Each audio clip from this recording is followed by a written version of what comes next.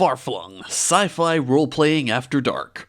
Like many mistakes I have in my chest full of RPG books, I found this one in the dark corner of the RPG section at a secondhand bookstore. It had an unusual size, was full color, and didn't quite look like all the other RPG books I was used to, so I decided to buy it. It looked interesting enough, so regardless of whether it was bad or good, I'd at least have something neat to talk about. So with all that said, let's take a look at Farflung, the sci-fi RPG about the future after the future happened.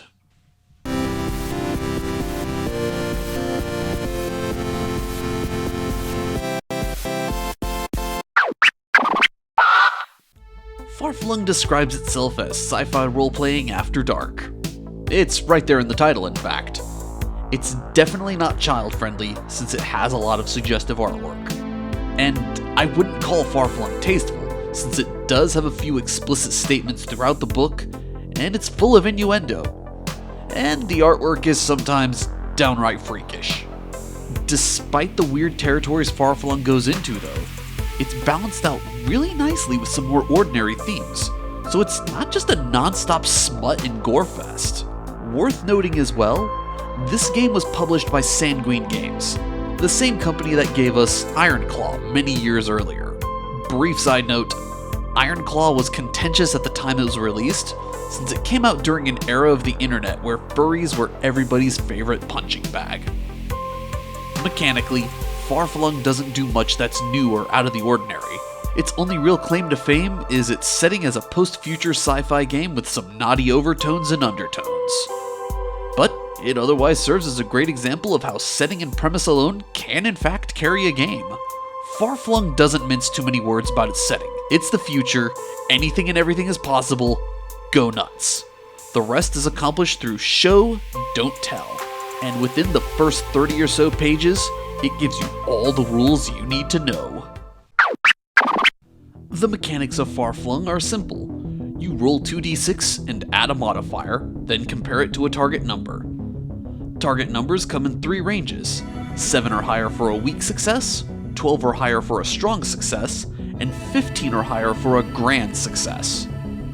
Modifiers can come from various sources, but you typically will only use the one that is most relevant depending on what kind of action you're trying to accomplish. Most modifiers will come from your character's attributes, of which there are 6. Top, bottom, charm, strange, up, and down. Each stat has an opposite, which should make remembering them easier. Top is used for pushing people around, while bottom is used for making yourself insignificant. Charm is used for winning people over with words, and strange for subduing them with violence. Up is used for thinking your way through problems, while down is used for getting your hands dirty. Characters also have 3 different health indicia, measures of how exhausted you are. These are doing, feeling, and thinking, representing physical, emotional, and psychological well-being. These are each calculated by adding together 5 and 2 stats, depending on which index we're calculating. This might also be a good time to mention that even though each stat has an opposite, they won't necessarily be the inverse of each other. Having +3 to strange won't necessarily mean that you have a -3 in charm. Any of these indices hitting 0 doesn't necessarily kill your character, but it does cause them to be unable to function, as is appropriate for the index. Your character recovers some when they rest, but if they rest with another character that they have a connection to, they then recover more. That was more innuendo. In addition to dice rolls and stats, every character has 2 pools of time points, history and future. Each one is used for different purposes, as determined by the basic actions, as well as actions in your character's playbook. They're seldom lost when spent. You'll either shift them to another one of your pools, or to someone else's pools as you're using them. Your character will also have connections, which represent attachments they have to specific people, organizations, or even a favorite gadget or toy. And the final rule you need to familiarize yourself with is moves, which are specific actions you can have your character take. And they all typically follow the same format. You roll 2d6, add a certain modifier, and based on how well you roll, you get certain results. To grasp how these rolls work, let's take a look at a challenge. Farflung stats out enemies and other problems player characters can face in the form of challenges. They have a description of what they are, a rating of weak, strong, or grand, and some typical ways the players might overcome them, as well as what the challenge might do in certain situations. Let's take a look at one of them in particular, Gang of Creeps. Gang of Creeps is described as many weak characters, and their name says it all. They're goons. They also have a special pool called Countdown, which starts at 3.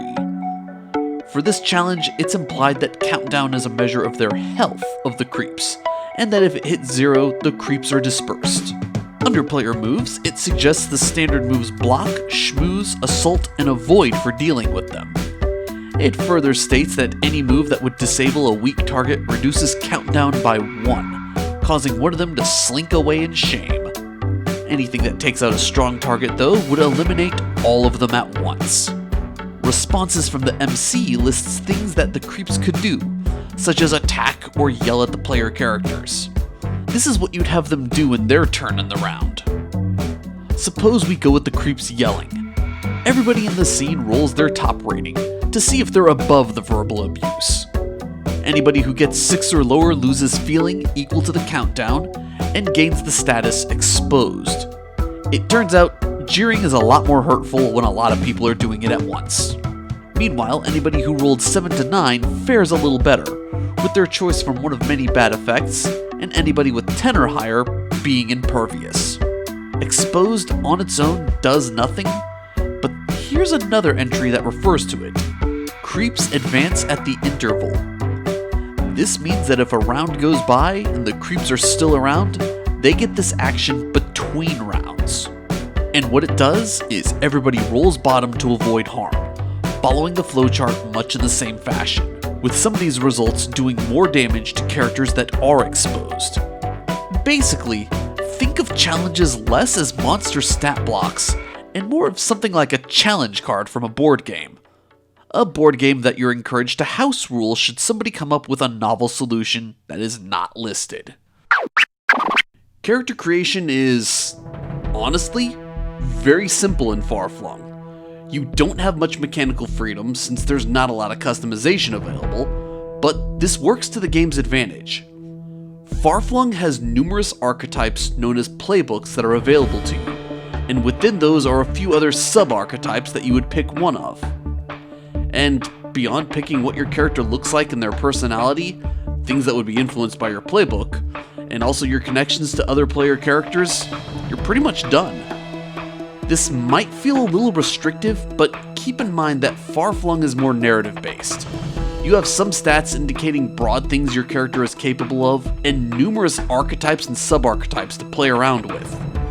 And each one of these, from the stats to the archetypes, is broadly enough defined that it can cover most of the situations that you'll find yourself in. Pick one that looks or sounds cool to you, write down what it gives you, and you're ready to get it on with the role-playing.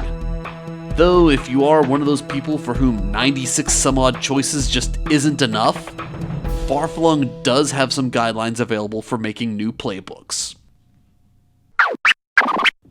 The more I think about Farflung, the more it dawns on me that it actually has a lot of similarity to RPGs from Japan. The inflexible nature of playbooks is a bit like having a gallery of pre-made characters. And one of Farflung's design philosophies is that characters should start off at a high power level.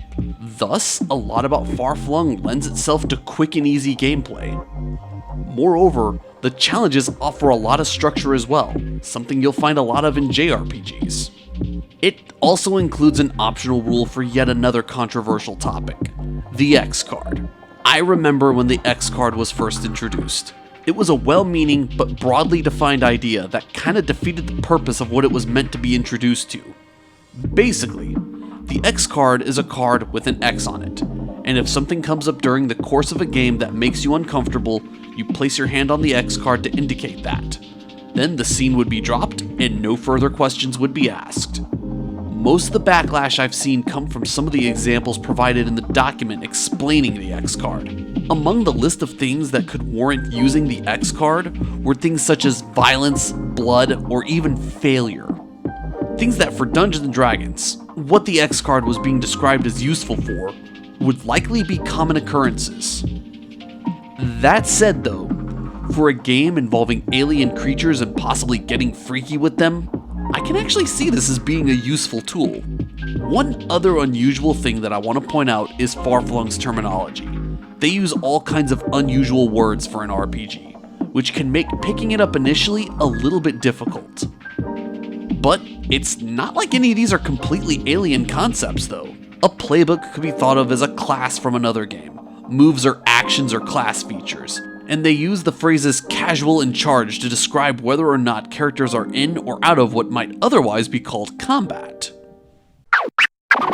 Farflung is rules-light, narrative-driven, doesn't have unique mechanics, and differentiates itself almost exclusively by its setting and the use of risque themes. Technically, I should hate this game, since it ticks every box for things Aaron does not think make a good RPG. Yet, here I am, giving it a glowing review. Sanguine Games has managed to take everything that normally drives me to pass over a game and package it in a way that, even though it doesn't convince me to play it myself, it at least leaves me open to the idea. Farflung is sleazy, but in the same way as an American burlesque show is. Yes, there's gonna be people dancing around naked in a sensual manner, but there's also an element of artistry and talent that you can't help but acknowledge. Farflung is not smut trying to masquerade as an RPG. It's an RPG that doesn't try to hide the fact that, sometimes, people play these games as an outlet for their own fantasies that they would normally only discuss with the lights out. Thanks for watching. If you found this interesting, give me a thumbs up. And if you want to hear more about weird and unusual games from the indie RPG scene, then go ahead and click subscribe. So with all that said, I am Arun Darashedel, and I will see you all next time.